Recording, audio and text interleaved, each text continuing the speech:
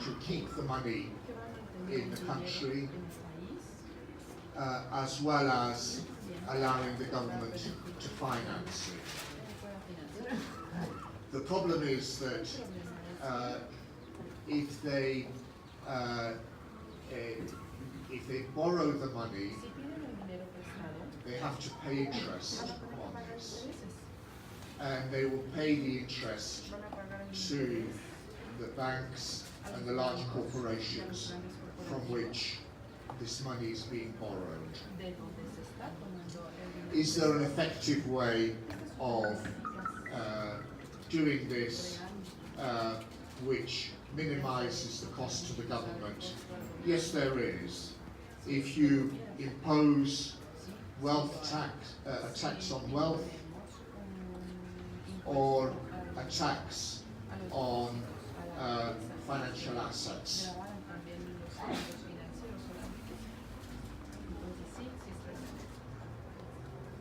In fact, it's possible to impose such a tax to cover the costs of financing the borrowing.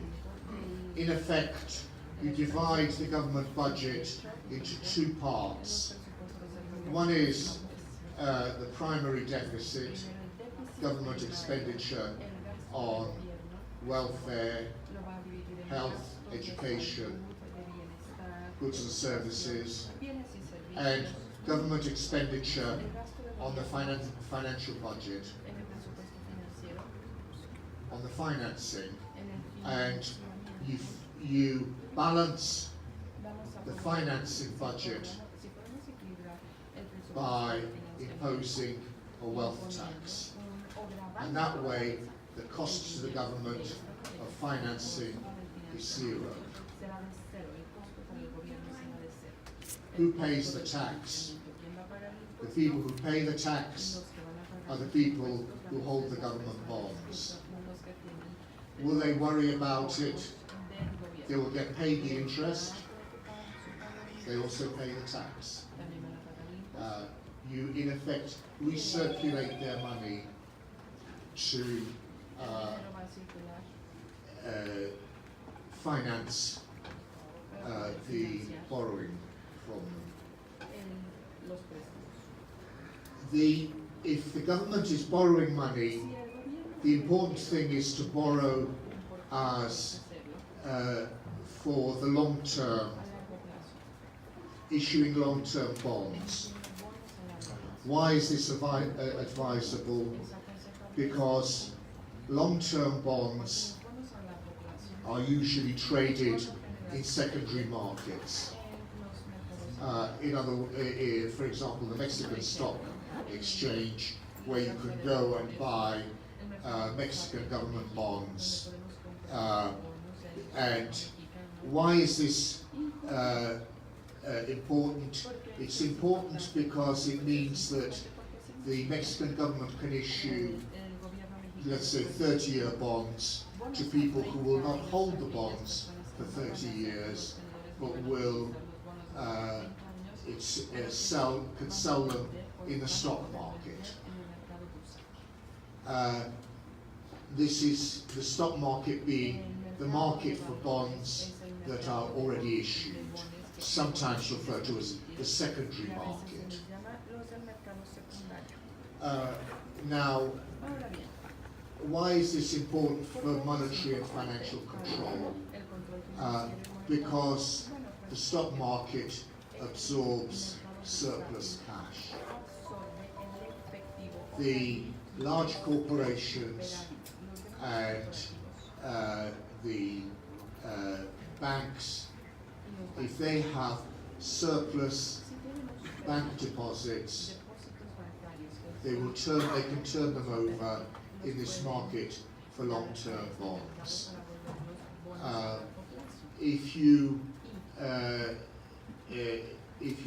just simply finance with short-term borrowing, the short-term borrowing still leaves plenty of bank deposits, or the bonds can be very quickly sold and then converted into foreign currency.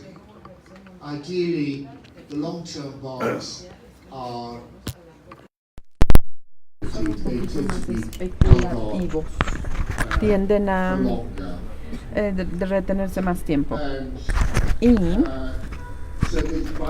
bueno, pues si hacemos una combinación de impuestos a la riqueza o a los ahorros y haciendo una combinación de préstamos a largo plazo, pues va a ser posible mantener la estabilidad del sistema financiero. Una estabilidad que es de importancia en particular, de una importancia en particular para los gobiernos de izquierda.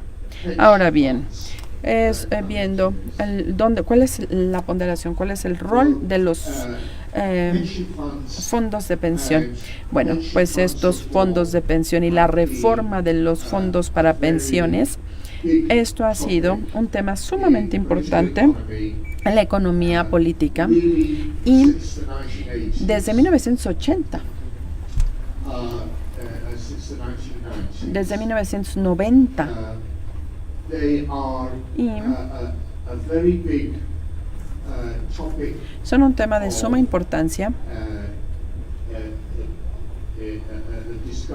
Son un tema de suma importancia de análisis. ¿Por qué? Porque en realidad estamos hablando de intereses financieros muy grandes detrás de estos fondos y estos intereses financieros de los administradores de los fondos, a quienes reciben un dinero por administrar los fondos de pensión. Y sí, reciben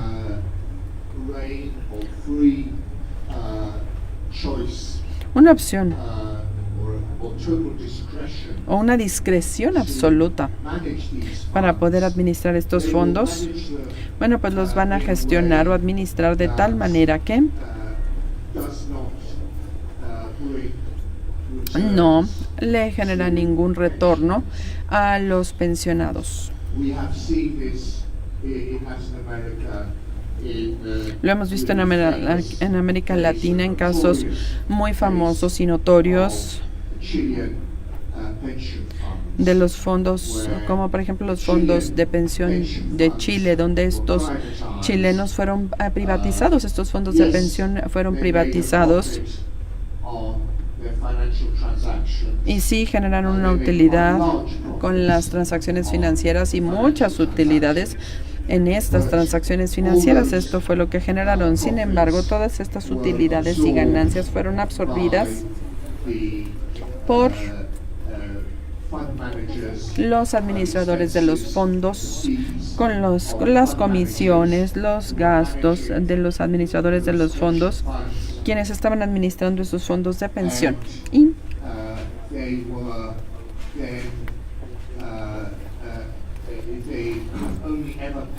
nada más habían pagado pensiones mínimas, las pensiones mínimas exigibles, las impuestas por el gobierno, las mínimas por ley de gobierno. Y esto pudo haberse pagado con un esquema de pensiones estatales. Esto no era un esquema de pensión privada. No se necesitaba un esquema privado de pensiones. Fue un desperdicio de recursos. Fue un desperdicio de recursos también porque, de hecho, si vemos los países donde los fondos de pensión habían crecido de manera más espectacular o significativa, o donde habían crecido más de manera muy importante, veremos que estos fondos de pensión dejan muy poco espacio a la inversión en negocios. Por ejemplo, quiero decir, inversión productiva. Si ustedes ven los países donde los fondos de pensión son muy grandes, bueno, pues vamos a encontrar en el caso de los Estados Unidos, del Reino Unido, Chile, Todos estos países pequeñitos donde la inversión en negocios y el capital fijo es bajo, es en realidad muy bajo. Y la única excepción, pienso yo, es los Países Bajos, donde tienen un buen récord de inversión comercial o en negocios, pero esto es por razones que no tienen nada que ver con los fondos de pensión. Los fondos de pensión tienen, los fondos de pensión privados tienen un factor desestabilizador, y este factor se registra cuando los fondos de pensión se establecen. Van a pasar por un periodo que se llama, lo llaman los expertos el proceso de inmadurez, y cuando están en este periodo de inmadurez es justamente donde tenemos contribuciones colectivas, pero todavía no está pagando los fondos de pensión, todavía está inmaduro, pasa por este periodo de inmadurez. Y lo que sucede en esta situación es que el fondo de pensión está comprando activos financieros a largo plazo, y esto va a estar inflando el mercado de valores, el mercado bursátil. La inflación del mercado bursátil de los Estados Unidos en 1980 y luego en 1990, y de manera parecida lo vimos en el mercado bursátil británico. Esto fue causado significativamente por estos fondos de pensiones inmaduros que entraron al mercado y que empezaron a comprar bonos, acciones. El problema para el mercado bursátil surge o se presenta cuando los fondos de pensión llegan a su vencimiento. El vencimiento, la madurez, es el punto cuando un fondo de pensión está recibiendo la misma cantidad de dinero en contribuciones, las mismas cantidades que están erogando, pagando a las pensiones. Entonces, ya no es un comprador neto de activos financieros.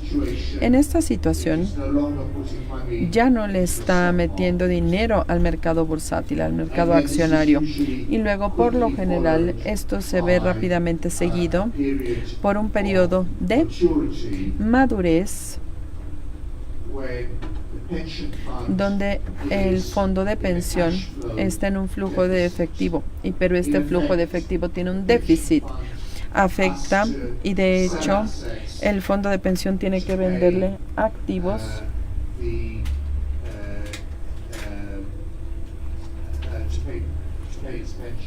para pagar sus pensiones.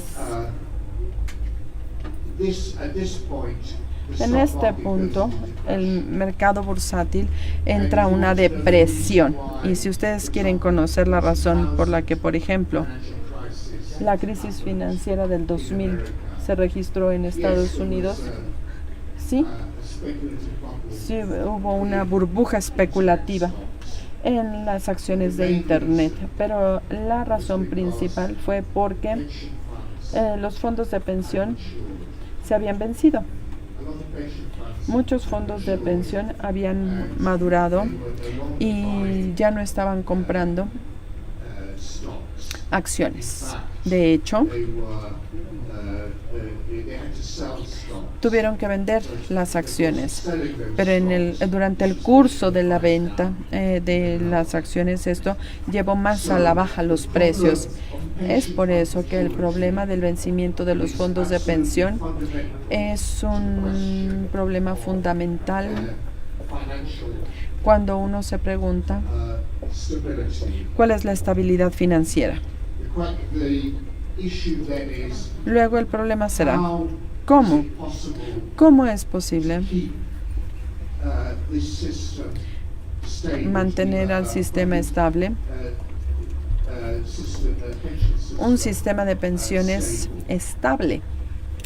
well, Bueno, it's possible to do this the way it's done in other countries. es posible hacerlo y la manera en la que se hace Germany, en otros países, el más significativo es Alemania. for example, in the UK, En el Reino Unido, por ejemplo, reforms in the después de las reformas de 1990, forcing fue forzando los fondos de pensión para que large quantities of government bonds. fueran grandes cantidades de bonos de gobierno. How is this done? ¿Cómo se hace esto? Bueno, pues esto se hace cuando, Usually when por lo a general, member of the pension cuando un miembro del fondo de pensión se retira. in Germany, En Alemania in Britain, y en la Gran Bretaña, el fondo de pensión está obligado that point, en ese momento a tener government bonds bonos de gobierno which are que son match o que coinciden con la vida esperada del pensionado and bring an income y representa un ingreso igual a la pensión.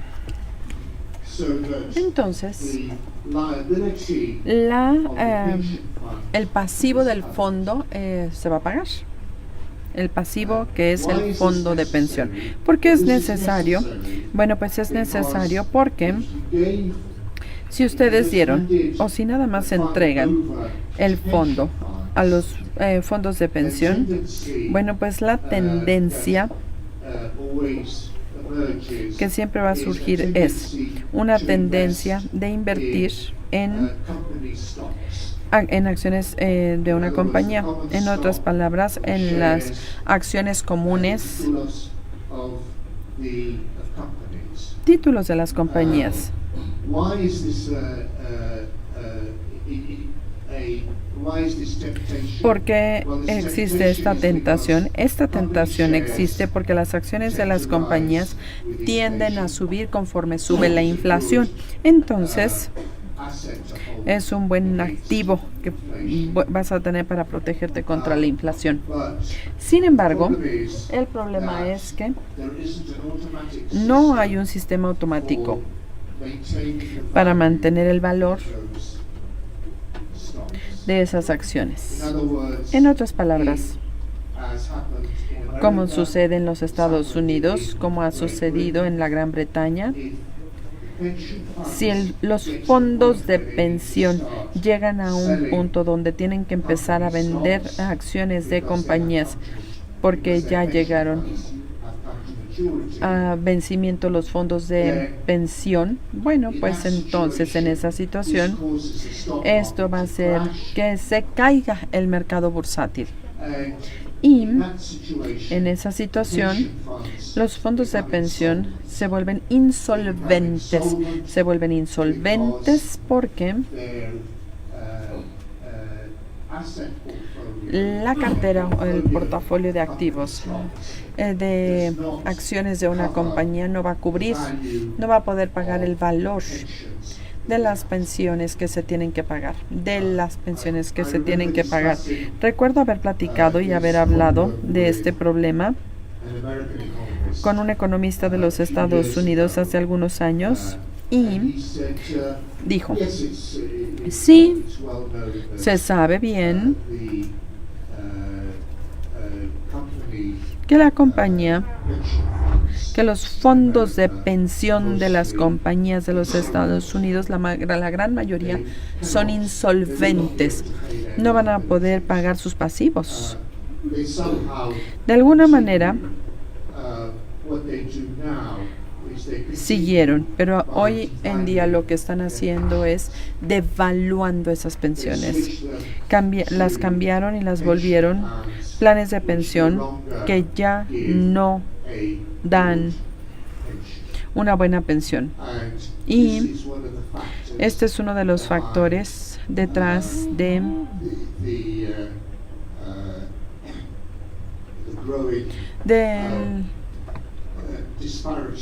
las mayores disparidades en el ingreso entre los que reciben las pensiones. Ustedes encontrarán, y además a pesar de todo en los Estados Unidos, van a ver los más grandes fondos de pensión que son fuertes, pero esto es porque los más grandes fondos de pensiones son fondos de pensiones de gobierno. El más grande es el Fondo de Pensiones de California, que paga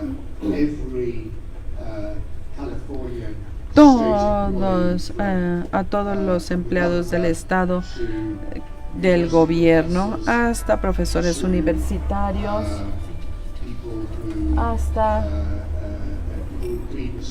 aquellos que pagan que limpian las calles, todos los empleados del gobierno, y además han crecido el número de empleados del gobierno. Entonces, si crece este número de empleados del gobierno, podemos mantener la estabilidad del sistema, pero el problema es que si no aumentamos el empleo, si ustedes tienen un ciclo de negocios en el que empieza a subir el desempleo, bueno, pues todos sabemos qué es lo que hacen los empleados cuando se registra una recesión. Si son malos años de empleo, van a despedir a la gente.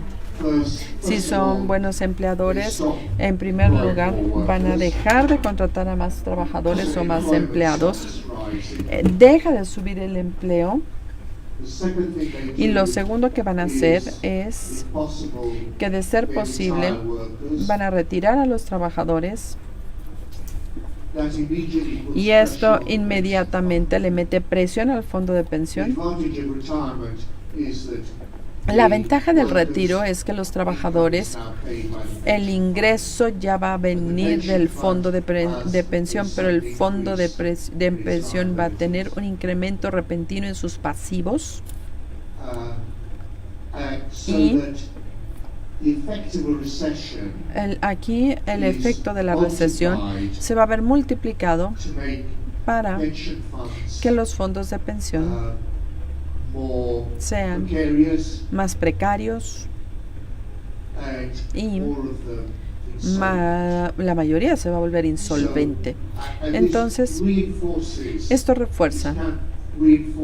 puede reforzar la recesión, porque una vez que la gente ser despedida de sus empleos, van a perder sus trabajos, se reduce su ingreso y su gasto también se reduce. El efecto va a ser reforzar la recesión. Bueno, pues es por esto que es importante que si tienen un esquema de pensión financiado, que esté obligado a tener grandes cantidades de bonos de gobierno. ¿Por qué? Es importante porque el gobierno puede posteriormente emitir bonos o emitir bonos nuevos de tal manera que facilite que los fondos de pensión cambien de acciones de una compañía, que los vuelvan bonos y que se queden con los bonos que tienen una vida, que tienen una madurez, que pueda coincidir con los pasivos de los fondos de pensión. Entonces, de hecho,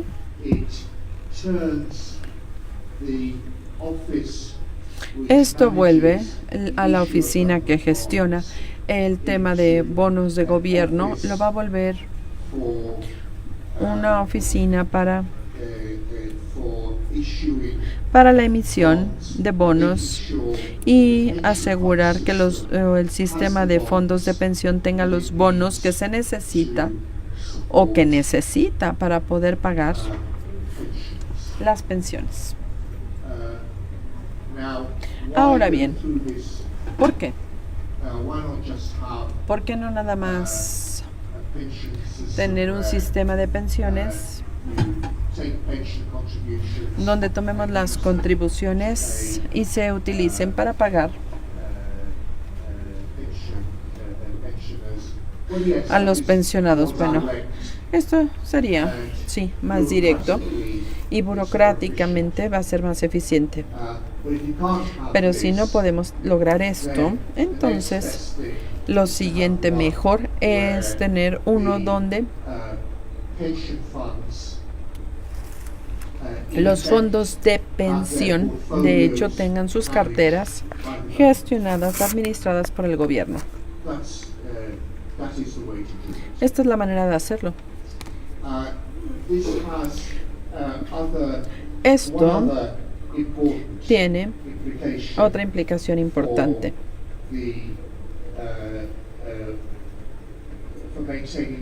para el mantenimiento de la estabilidad monetaria.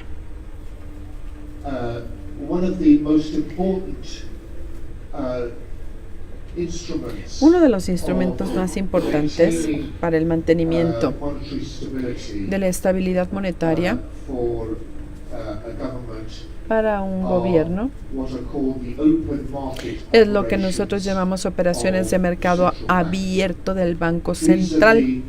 Estas operaciones son las que realiza el Banco Central, donde el Banco Central compra y vende valores. Y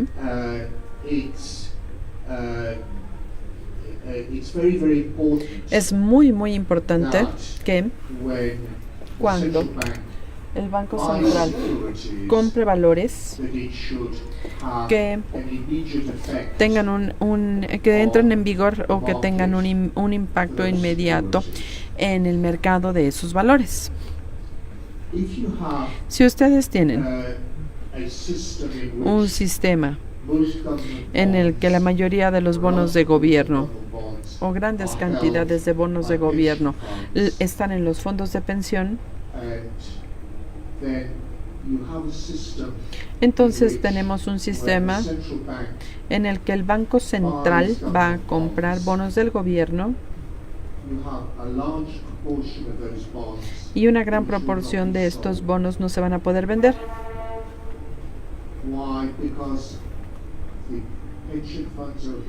¿Por qué? Porque los fondos de pensión están obligados a tenerlos por regulaciones y tiene que compararse con los pasivos. No los venden.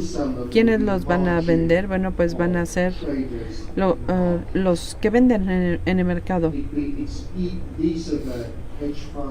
Estos son los fondos de protección y los especuladores, y se vuelve más fácil para el Banco Central poder gestionar la liquidez y la cantidad de dinero que circula en el mercado bursátil.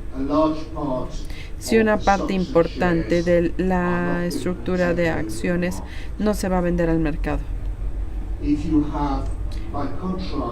Si por otro lado tenemos un sistema donde los fondos de pensión no estén limitados o no estén controlados o no estén regulados en los activos financieros, si el Banco Central empieza a comprar bonos del gobierno, los fondos de pensión los van a vender porque van a tener una ganancia de capital si sube el precio. Y se requerirá de muchas transacciones por parte del Banco Central para poder cambiar el precio, mover los precios de cualquier bono. Pero si tienen Si tienen los fondos de pensión, tienen instituciones y tienen activos y no entregan o no venden el bono, bueno, pues vamos a tener probablemente un mercado bursátil más pequeño, pero va a poder ser administrado más fácilmente por el Banco Central. Esto es sumamente útil. Es útil porque el Banco Central lo podrá utilizar para decidir y para fijar las tasas de interés que aplicarán a los bonos del gobierno y a otros valores. Y lo puede utilizar, por ejemplo, si desea, si tenemos un banco de desarrollo para emitir nuevos bonos para financiarse a sí mismo, el Banco Central va a poder utilizar operaciones del mercado abierto para dar liquidez al mercado, para garantizar que el Banco de Desarrollo pueda emitir esos bonos. Es muy importante. Si el Banco Central siente que hay demasiado dinero libre, demasiado dinero que esté sin control en los depósitos bancarios, va a poder emitir bonos de gobierno para absorber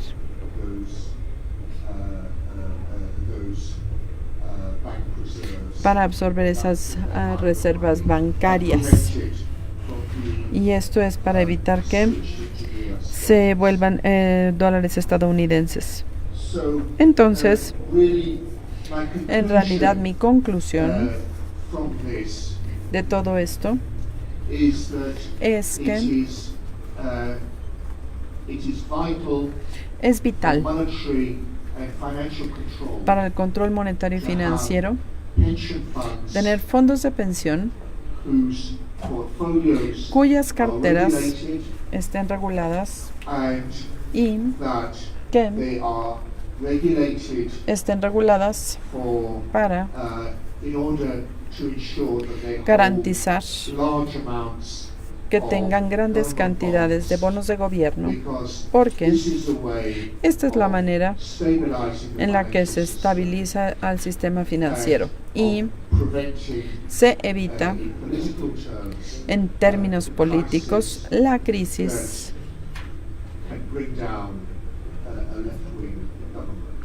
que puede hacer que caiga un gobierno de izquierda.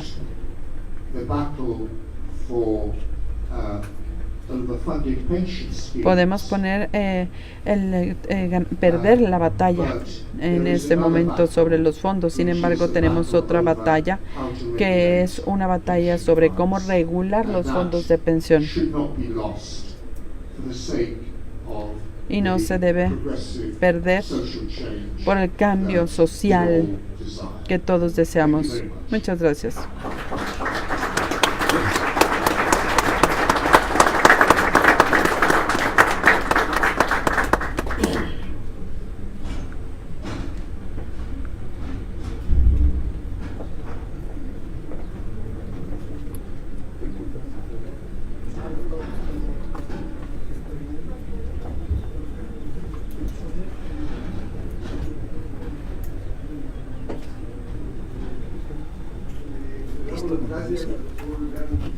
Thanks, Dr. Jan Toporowski, for your great presentation. And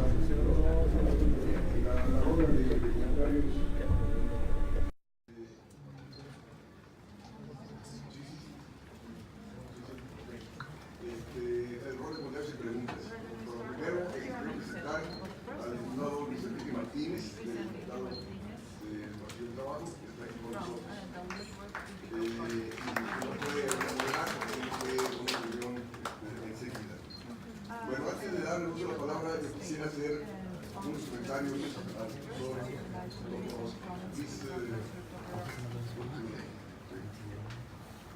¡No se oye!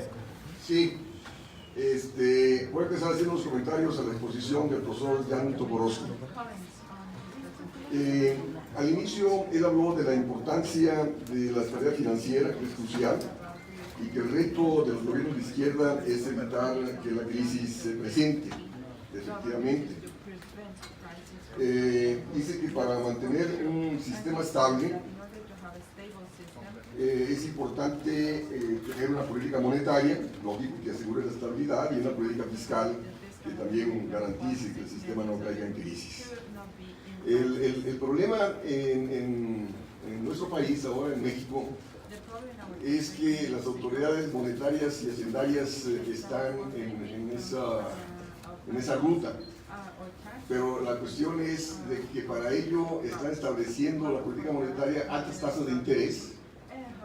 Las tasas de interés en México son las más altas de los países de la OECD, y la gente de la Secretaría de Hacienda, del Tesoro, establece una política de superávit primario, una fuerte recortes presupuestales, también para mandar señales de pago de la deuda y de estabilidad. Y el problema es que esta situación está restringiendo la actividad económica y nos lleva a donde la tasa de interés está muy por arriba del crecimiento del ingreso nacional, muy por arriba del crecimiento del ingreso de las empresas e individuos, y eso tiende a generar problemas de insolvencia que comprometen la estabilidad bancaria financiera.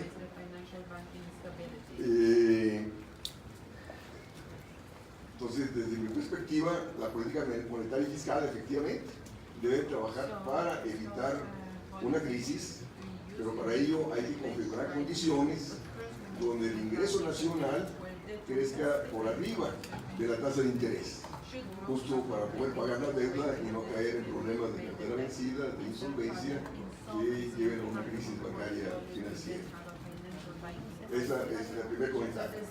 Segundo comentario, con respecto a la crítica que hiciste del Modern Money Theory, de la teoría moderna del dinero.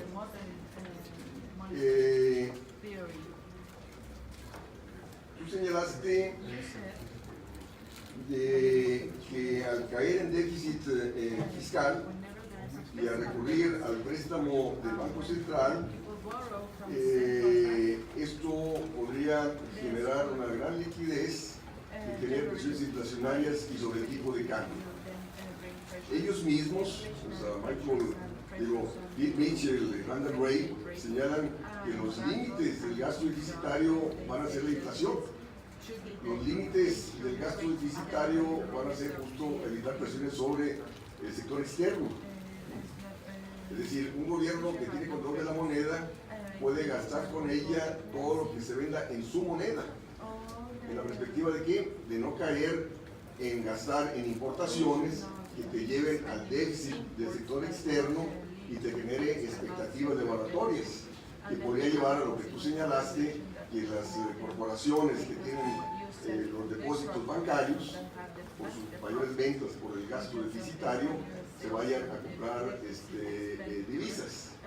Entonces, si ese gasto deficitario del gobierno es en favor de sustituir importaciones, de generar efectos multiplicadores internos que no te generen presiones inflacionarias ni presiones sobre el sector externo, pues no vas a generar expectativas devaluatorias que te lleven a la especulación. Y si acaso hay malosos que van a especular sin haber expectativas devaluatorias, pues pones el control de cambios, ¿no? Justo para evitar la crisis financiera. Ahora, con respecto... Ahora, y ellos a su vez, el Modern Money Theory, en la teoría monetaria del dinero, trabaja con tipo de cambio flexible. Porque el problema es que al privilegiar la estabilidad del tipo de cambio, que es lo que hace el gobierno mexicano, que trata de evitar la devaluación, entonces trabajas con alta tasa de interés, con austeridad fiscal, que nos lleva al estancamiento, que está aconteciendo, ¿no? Entonces, tú tienes que trabajar con tipo de cambio flexible, justo para poder bajar la tasa de interés, incrementar el gasto deficitario en favor de lo productivo, en favor del empleo. Lo que, lástima que no hay funcionarios de Hacienda aquí para que participen en el debate también, ¿no? Porque no hay debate, desgraciadamente, en este país. Con respecto al segundo método de financiamiento que tú señalaste, de la emisión de bonos, que tuvo una tasa de interés adecuada, que esto estimula la actividad económica en una perspectiva más estable, siempre y cuando el gobierno, al trabajar con gastos deficitarios, emite bonos, sea en favor de la esfera productiva y no deuda para pagar deuda, ¿no? Sino que sea en favor de la esfera productiva. ¿Para qué? Para que el ingreso nacional y la recaudación tributaria crezca más que la tasa de interés, justo para evitar caer en déficit y deuda y más deuda, como acontece en nuestro país y en muchos otros.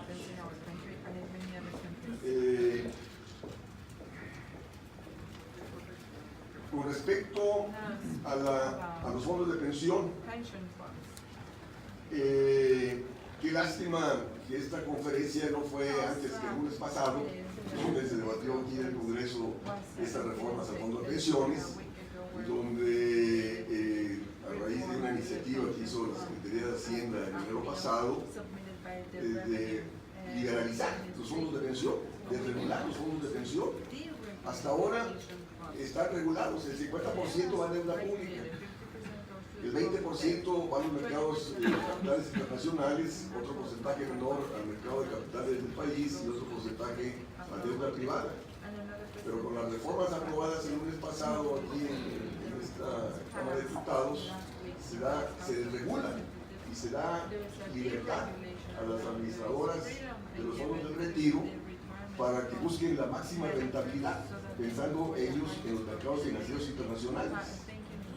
Ellos reconocen que la deuda pública es segura, pero ofrece un bajo rendimiento, ¿no?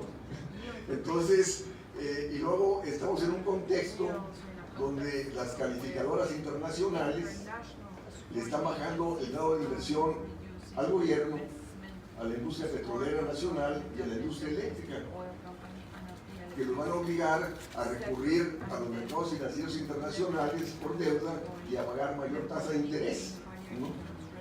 Es decir, en vez de utilizar esos fondos de pensión, que es lo que plantea el Partido del Trabajo en su iniciativa de noviembre del año pasado, plantea desaparecer estas administradoras de los fondos de retiro y que sea el gobierno que administre los fondos de pensión en favor de financiar al gobierno, bonos gubernamentales en la perspectiva de financiar la industria petrolera, la industria eléctrica, el sector productivo y el empleo, porque el empleo formal ha disminuido drásticamente. O sea, si bien hay 62 millones de cuentas individuales cotizando los fondos de pensión, solamente hay alrededor de 20 millones de cuentas activas, porque los demás quedaron desempleados, están en la economía informal, o sea, ya no cotizan. Entonces, por lo tanto, no van a alcanzar las 1.250 semanas de cotización para obtener una jubilación cuando lleguen a la edad correspondiente. Entonces, repito, el Partido del Trabajo presentó una iniciativa donde sí pone el énfasis en que los fondos de pensión deben ir no al mercado de capitales, sino al sector productivo, gubernamental y privado, en la perspectiva de incrementar el empleo formal y en la perspectiva de configurar condiciones de crecimiento donde el ingreso nacional crezca por arriba de la tasa de interés, aumente el número de trabajadores formales y el número de trabajadores cotizando al sistema de fondos de pensiones, para que el fondo de pensiones abarque a mayor número de trabajadores. Ese sería el comentario. Would you like to answer or would you like to listen to other questions? ¿Quiere otras preguntas o quiere contestar? Okay. Yes. Thank you very much for, Muchas gracias these comments. por estos comentarios. Yeah, I'm aware that Sí, I yo didn't sé speak about the control que no hablé of interest rates del control de las tasas de interés as a factor como un factor in, financial and monetary control. para el control financiero y monetario. aunque sí pienso que es necesario controlar las tasas de interés. Mi opinión es que esto es algo que el Banco Central debería estar haciendo.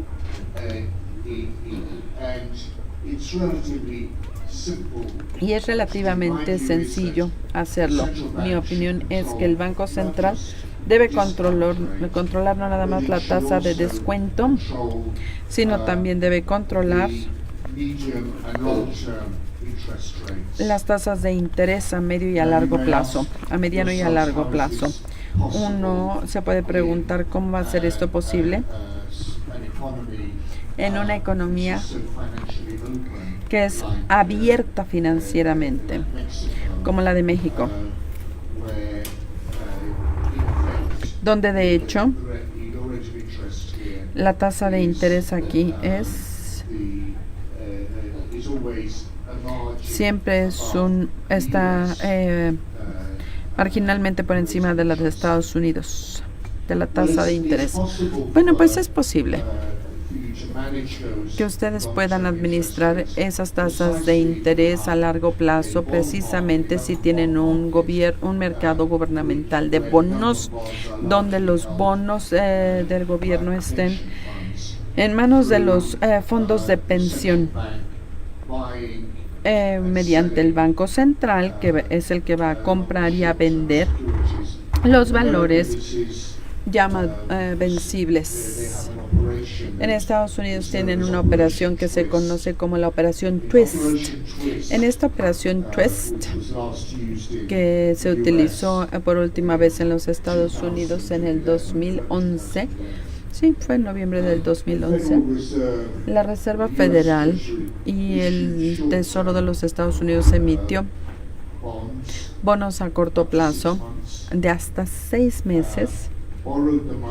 Pidieron el dinero prestado, utilizaron este dinero prestado para comprar bonos a largo plazo.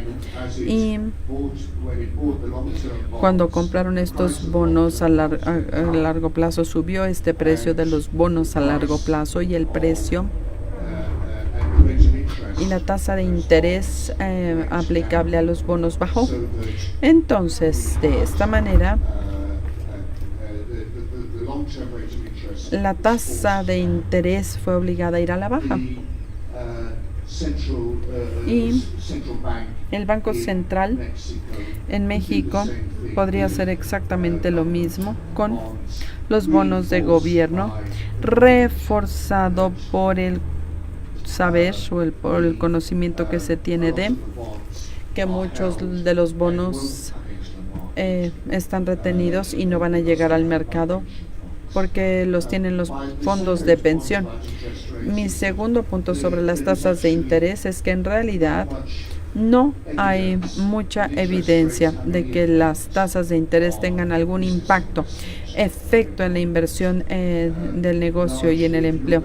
Y si ven ustedes la evidencia empírica, los datos estadísticos, si ven ustedes las tasas de interés, esta es una variable procíclica, sube y luego cae en las recesiones. Y esto es sorprendente porque en su mejor época es una inversión que también está subiendo. Entonces, ¿cómo es posible que conforme suben las tasas de interés también suban las inversiones? Bueno, pues la razón es que la razón por la que invierten las firmas es no por la tasa de interés. Las empresas invierten porque tienen clientes en sus puertas. Y donde es importante la tasa de interés es en cómo eligen el financiamiento. ¿Le van a pedir dinero prestado a los bancos o van a poder comprar los bonos? Los negocios pequeños y medianos no pueden emitir bonos, pero los grandes corporativos sí pueden emitir bonos. Las empresas multinacionales pueden emitir bonos en diferentes monedas, entonces en diferentes divisas. Entonces la tasa de interés sí afecta la elección del financiamiento, no afecta las inversiones, y creo que esto contesta justamente Su tercer punto, que es el de la expansión de la inversión formal, del empleo formal. Ahora bien, para hacer crecer el empleo es aumentando los negocios de tamaño mediano y grande, porque los negocios pequeños son los que dan empleo informal y aquí es muy difícil regularlo. Y sí debería ser y deberíamos hacerlo crecer.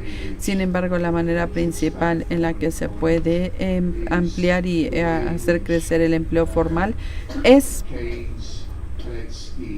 como Keynes y Kalecki lo dijeron, que es la mejor manera, que es justamente haciendo crecer la inversión productiva, como lo dijo usted, ampliar la inversión productiva. ¿Y cómo podemos ampliar esta inversión productiva? Bueno, pues esta es una dificultad fundamental. En México, pienso yo, nos queda claro que hay áreas claras en las que podríamos ampliar esta inversión productiva, que sería invirtiendo en infraestructura, en vivienda, en términos de manufactura, la industria del petróleo, sí. En la manufactura y en la industria del petróleo hay una necesidad de, en muchas áreas, mejorar la tecnología, renovar la tecnología. Y el sector público tendría que estar a la vanguardia y hacerlo, pero los mecanismos institucionales para lograrlo van más allá de las tasas de interés. Ahora bien, la reducción presupuestaria. Esta reducción presupuestaria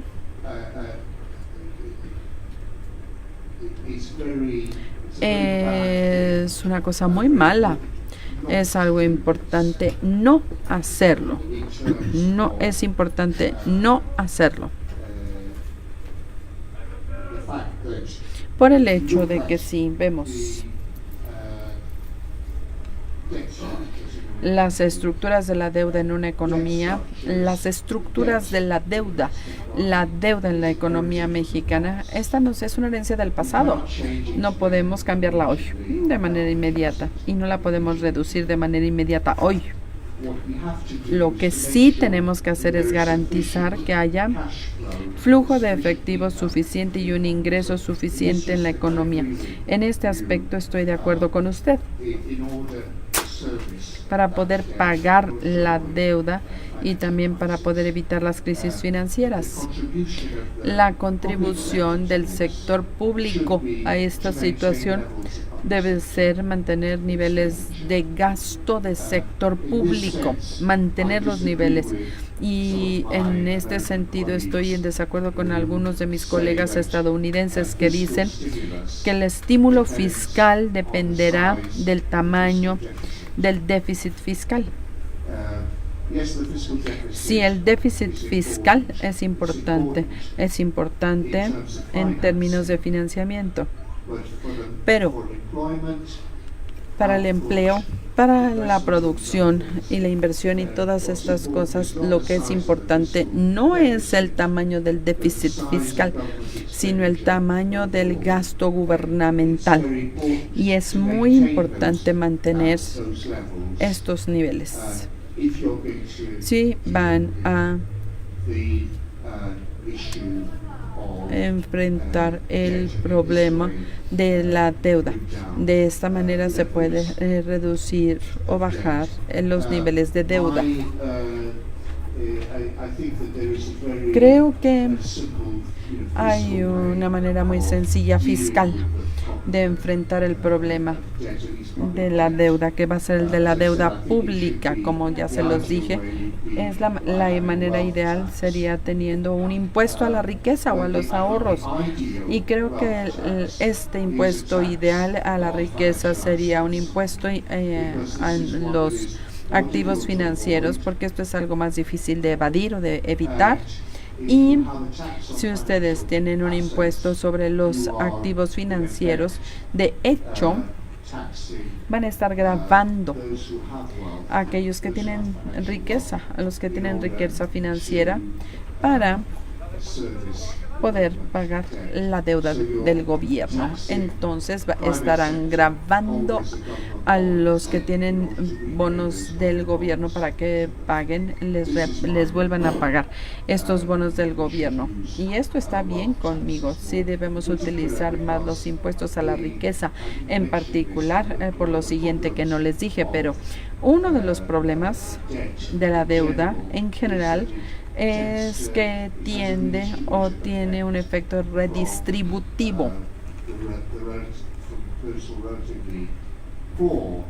de los pobres, que son los deudores, para luego poder ser dueños del dinero, y luego los ricos, los que tienen el dinero en el banco. Necesitamos un buen sistema de manejo de la riqueza y un sistema fiscal progresista para revertir este tipo de redistribución. No estoy en desacuerdo con usted, aunque esté yo en desacuerdo con algunos de sus colegas estadounidenses. Preguntas, vamos a recoger.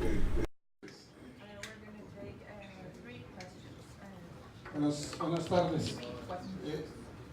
Dice el doctor Huerta que ojalá hubiera estado gente de Hacienda para tener un debate, cuestión que debió haber sucedido antes de que el lunes pasado se aprobara lo que se aprobó aquí en el Congreso, ¿no?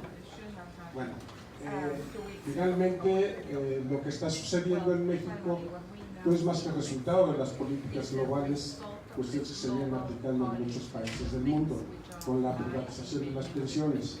Pero ya hay un estudio, y esto sería la pregunta al doctor Jan, hay un estudio de la OIT que va en contra, que habla precisamente del fracaso de las pensiones en el mundo, de la privatización de las pensiones en el mundo, y que de 30 países que llegaron a esta condición, como está México, 18 ya retornaron. ¿Qué opinión le merece el documento de la OIT, doctor Jan?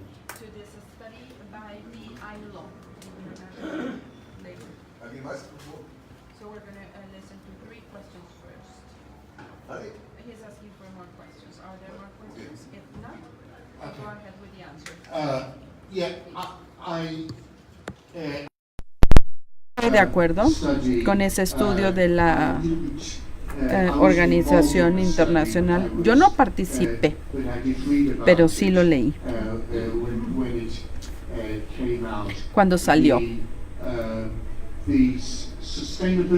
La sustentabilidad de las pensiones privatizadas dependerá, y esto no estaba en el estudio, pero depende significativamente de hasta dónde estas pensiones y fondos privatizados estén regulados para tener bonos gubernamentales. Si vemos el caso alemán, el sistema alemán de fondos de pensión, este es uno de los más fuertes del mundo y tiene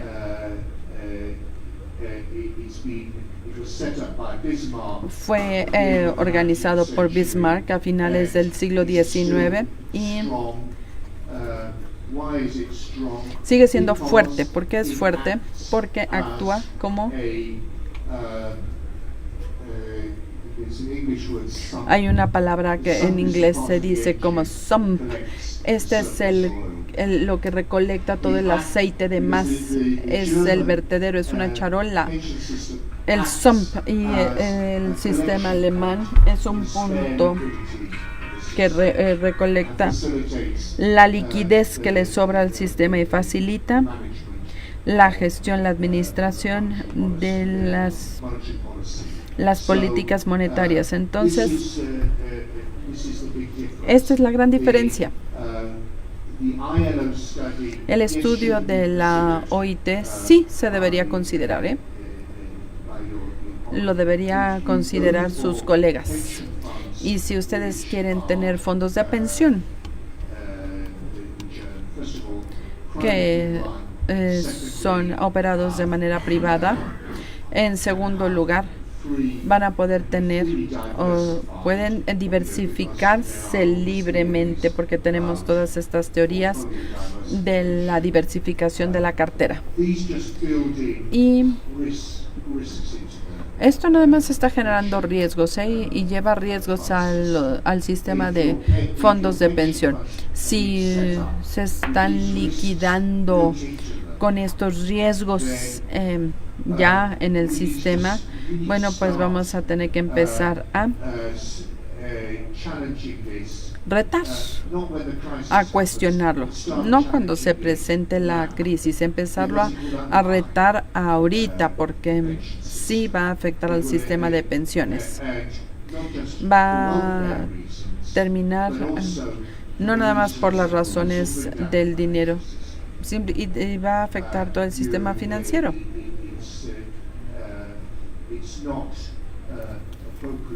No es correcto para una economía como la mexicana. Estoy de acuerdo, bastante de acuerdo, diría yo, con su comentario.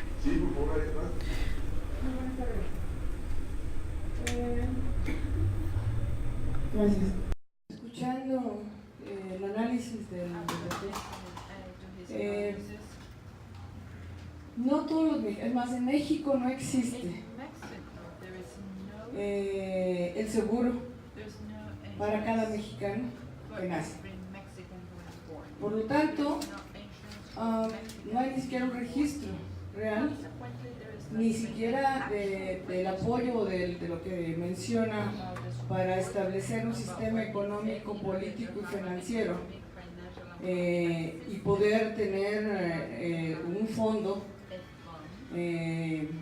y apoyar a todo aquel mexicano, niños, mayores y adultos que lo requieran. Muchos aquí que estamos aquí, no tenemos seguro social, o si lo tuvimos, no lo quitaron.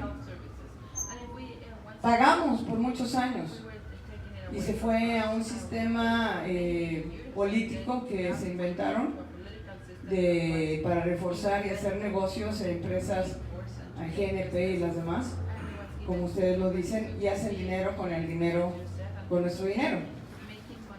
Entonces, si hablan de una economía informal, pues es el resultado de no tener las condiciones adecuadas desde la educación, el seguro de cada mexicano para poder recabar, como creo que lo mencionaron, de una forma justa, de acuerdo a cada quien lo que gane o como trabaje, para poder obtener a una edad justa y por condiciones también de alguna situación de enfermedad o de incapacidad, y no se puede obtener el dinero que nosotros trabajamos, y otros están haciendo muchísimo dinero nacional e internacionalmente, aparte de las fugas que se han permitido en abundancia.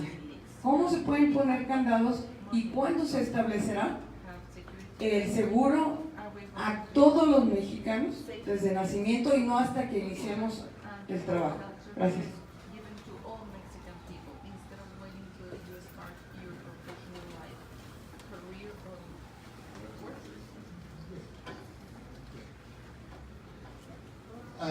Yes, can I answer that very simply? I agree. Palabras fáciles. Estoy completamente de acuerdo con usted. Y esto refuerza la pregunta o el tema de pensiones. ¿Por qué?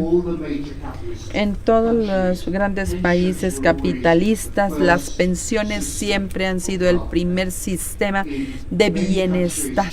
En muchos países siguen siendo el sistema más completo de bienestar, de riqueza. Si tomamos países europeos, por ejemplo, como Grecia, ¿por qué las pensiones?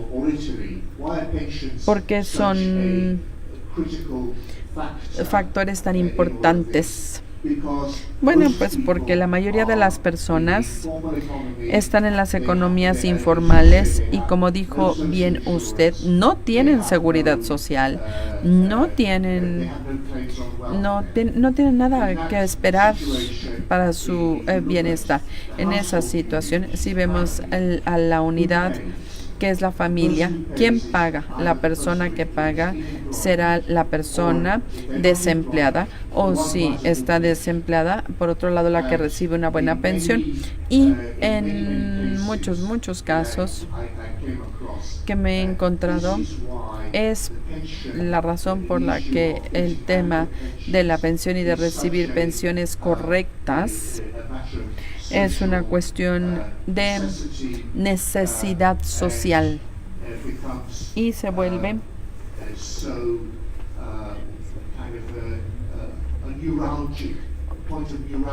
un punto neurálgico en el sistema, porque no nada más es el pensionado el que depende de esto, sino todos los demás en esa familia que simple y sencillamente no tienen acceso a una forma o a un sistema formal, ni a los servicios de salud, ni nada así.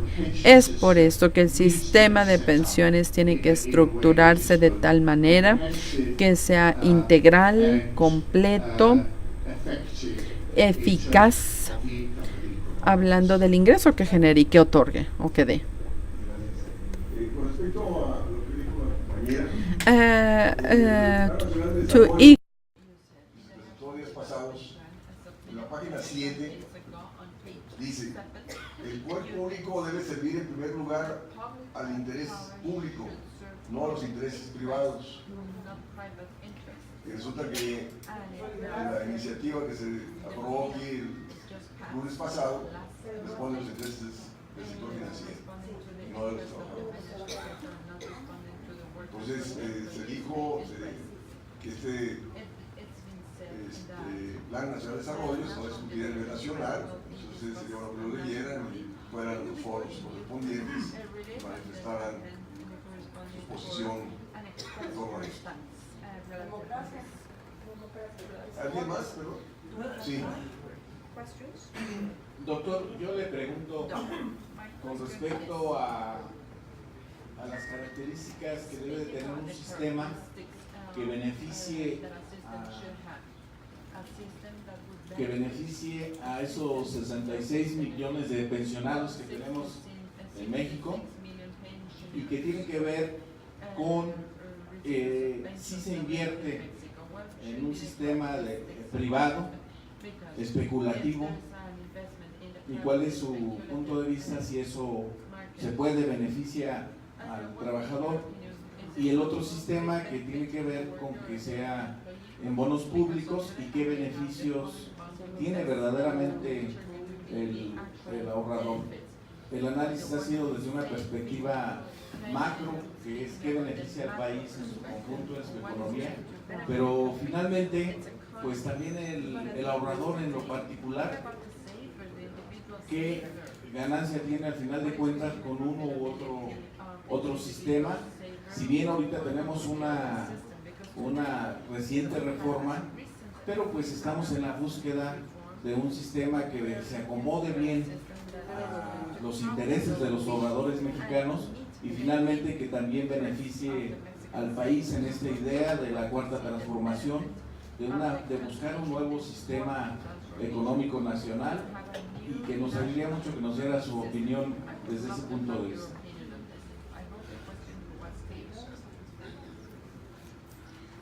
Yes, thank you very much. La pregunta sobre el ahorrador individual. Esto es algo importantísimo, porque es donde no podemos tomar esta pregunta en lo abstracto y separarlo del interés económico y financiero de la economía. Y lo voy a explicar de la siguiente manera. Hay intereses financieros para quienes siempre va a ser una ventaja y que dicen que se tiene que tener un esquema privatizado de fondo de pensiones para poder tener una ganancia en los mercados financieros y luego que desaparezcan las ganancias como comisiones y erogaciones o gastos y que se vayan a los bolsillos de los intermediarios financieros. También tenemos el sistema que tiene o que acaba de emerger recientemente en el Reino Unido, donde la gente que está en muy buenos esquemas de fondos de pensión recibieron la oportunidad de sacar su dinero, de retirarlo y que lo administre alguien más. Y a lo que llevó esto fue a toda una serie de fraudes y fraudes contra aquellos que eran ignorantes y que les dijeron, miren, denos su dinero y lo vamos a invertir. Y claro que lo invirtieron, pero les mostraron números que iban a tener retornos mejores que los que ofrecía el sistema. Lo único que usted tiene que hacer es firmar aquí y todo su dinero lo vamos a recibir nosotros. Y aquellos que tenían muy buenos esquemas de pensión, que estaban a prueba de inflación y que eran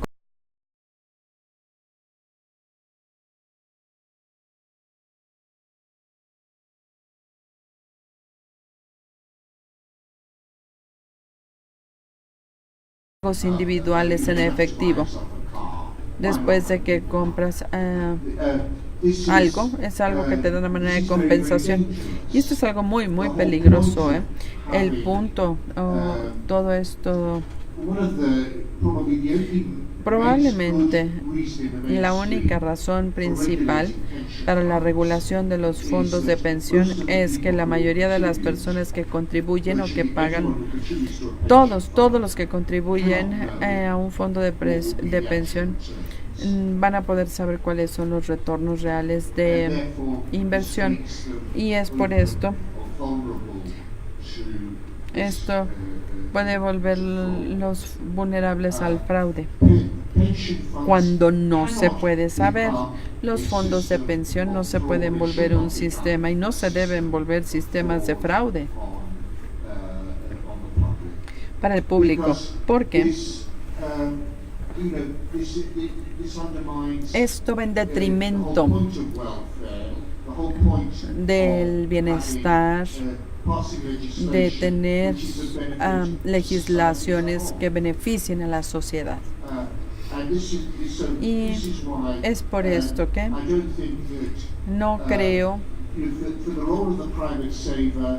el rol del ahorrador privado. Pienso yo que el ahorrador privado tiene que cuidar su dinero, sí. Esto es perfectamente correcto, pero pienso yo que en el caso de las pensiones, donde no nada más se trata de las personas y de sus bienestares, sino también del bienestar de sus familias. Y esto se tiene que garantizar, esto tiene que ser transparente. Y esto necesita, en particular, transparente en circunstancias en las que ya no nada más sea cuestión de que queden juntos los matrimonios y las familias, durante toda su vida.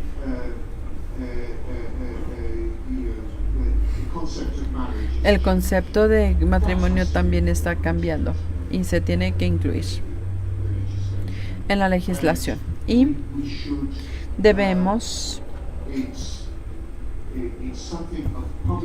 es algo de interés público.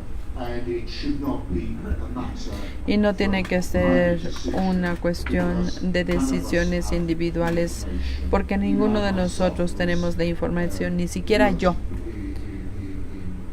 que he trabajado en estos fondos de pensión. No tengo esta información. Yo no sabría cómo manejar mi esquema de pensiones, ¿eh?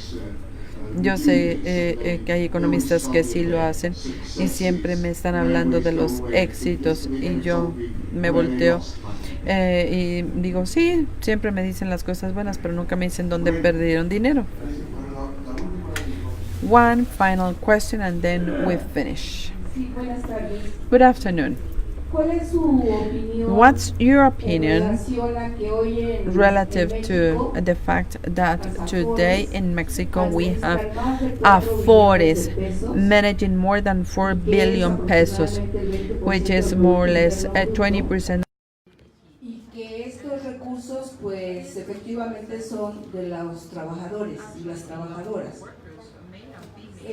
A pesar de que en 95 nos manifestamos miles de trabajadores en contra de la privatización de los fondos de jubilación y pensión, pues se nos impuso prácticamente. Y las jubilaciones y pensiones, pues nosotros todavía las defendemos como parte de la seguridad social, pública, integral, intergeneracional. Cuando las instituciones públicas como el IMSS, el ISSSTE administraban los fondos, consideramos que generó una gran riqueza. Más de 50 años administraron estos fondos y cuando se implementó la reforma en el 95, uno de los justificaciones del gobierno, de los partidos políticos, algunos, no todos, era que los fondos se habían utilizado en la infraestructura, en el caso del IMSS, ¿no? Que es una infraestructura muy grande, hospitales, clínicas, guarderías, prestaciones sociales, etc.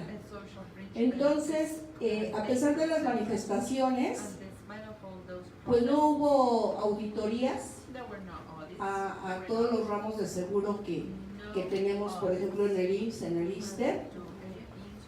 Se exigía una auditoría antes de cualquier reforma y bueno, sin embargo, se implementó a partir de 1997.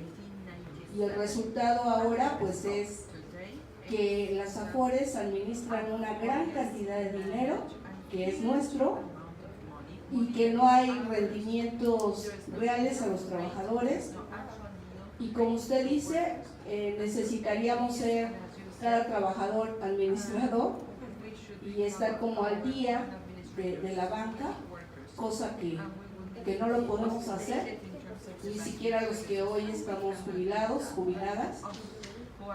Entonces, ¿qué opina de todavía la exigencia de esas auditorías que están pendientes y una lucha que ahora emprendemos los trabajadores y las trabajadoras por recuperar el dinero que hoy administran las Afores como una lucha justa, precisamente para elevar nuestras condiciones de vida y para garantizar esa seguridad social que todavía tenemos plasmada en la ley? Muchas gracias.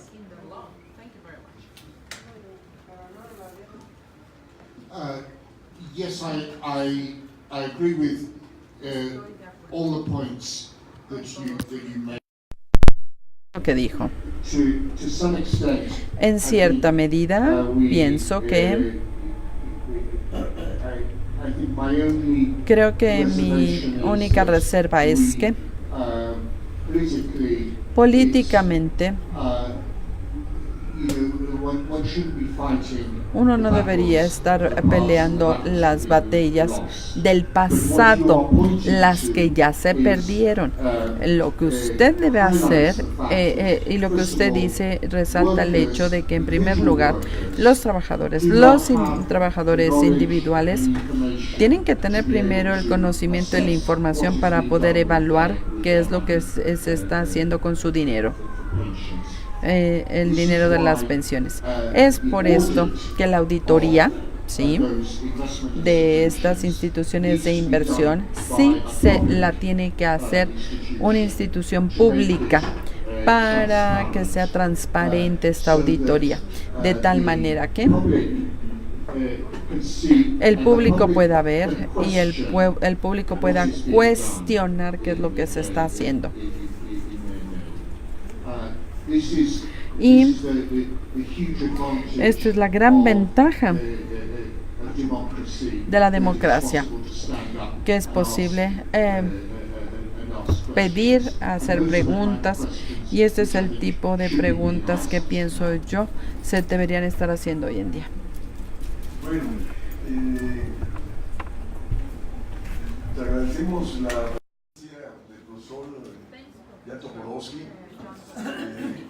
cuya brillante exposición nos da muchos elementos para reforzar nuestras posiciones teóricas analíticas, para tratar de revertir lo aprobado el lunes pasado en esta Cámara.